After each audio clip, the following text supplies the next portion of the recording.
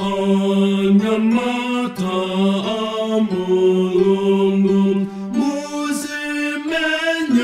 kandoyon mumenya neni satanan zimu wakunyengayon kumwe asauka antu aku kalani mamo osamze wampulumuti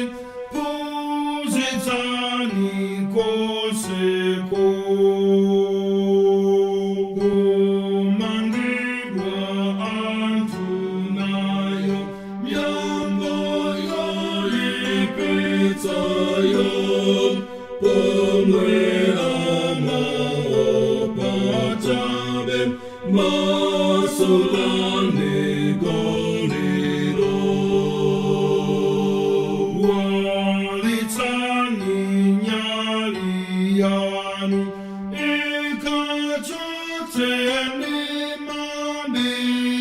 mpaka yikainga zose zosa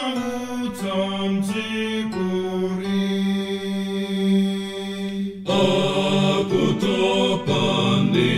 ofokan motontozentimapen osokera onyozekan muwafonebe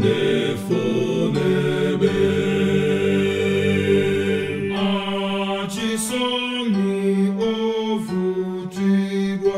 mwatanezesangatu zosawutazawozose yesu azichotari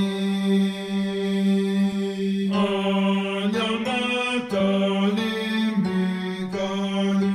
menyane tukondoi yesu salepela mwini satiliwalirai isalekenshitu yake mpaka antu osewo alamila fumu yatu nangonyela konse